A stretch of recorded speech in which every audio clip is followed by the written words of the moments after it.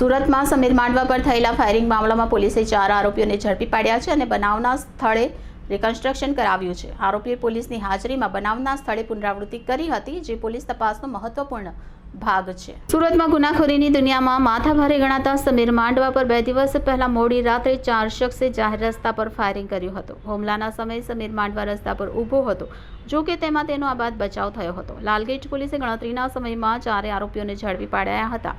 પોલીસે દ્વારા કરવામાં આવતું રિકન્સ્ટ્રક્શન એ ગુનાના સ્થળે આરોપીને લઈ જઈને બનાવની પુનરાવૃત્તિ કરાવવાની પ્રક્રિયા છે। આ પ્રક્રિયા દ્વારા પોલીસને બનાવની સચોટ વિગતો જાણવા મળે છે અને તપાસમાં મદદ મળે છે।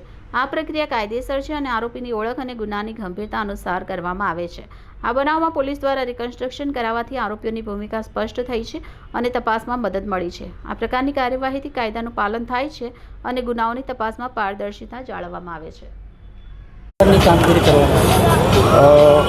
ગઈ તારીખ 19/5/2025 લાલગોટ પોલીસ સ્ટેશન વિસ્તારમાં ફાયરિંગ કરી અને હત્યાની કોશિશનો ગુનો દાખલ થયેલ। જે ગુનો દાખલ થયા બાદ આરોપીઓ નાસ્તા કરતા હોય, જે આરોપીઓ ગઈકાલ સાંજે લાલગેટ અને ચોક બજાર પોલીસ સ્ટેશન દ્વારા હથિયાર સાથે પકડી પાડેલ હોય। જે ગુનામાં બનાવવાળી જગ્યા અત્યારે આરોપીઓ બતાવતા હોય, જે આરોપીઓને સાથે રાખી અમારા second police inspector RM Thakor સાહેબ સાથે અહીંયા ગુનાનું રિકન્સ્ટ્રક્શન અત્યારે કરવામાં ચાલુ છે। સર, આરોપીનો ગુનાહિત ઇતિહાસ કઈ છે? ચારેય આરોપીઓનો ગુનાહિત ઇતિહાસ જોઈએ તો આરોપી હારૂન છે એ અગાઉ મારામારીના ગુનામાં સંડોવાયેલ છે।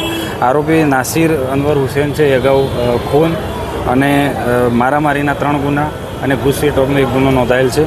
આરોપી સોનુ આદિત્ય સ્વાય એ પણ અગાઉ ખૂન, લૂંટનો ગુનો અને ઘૂસી ટોકના ગુનામાં સંડોવણી થયેલ છે।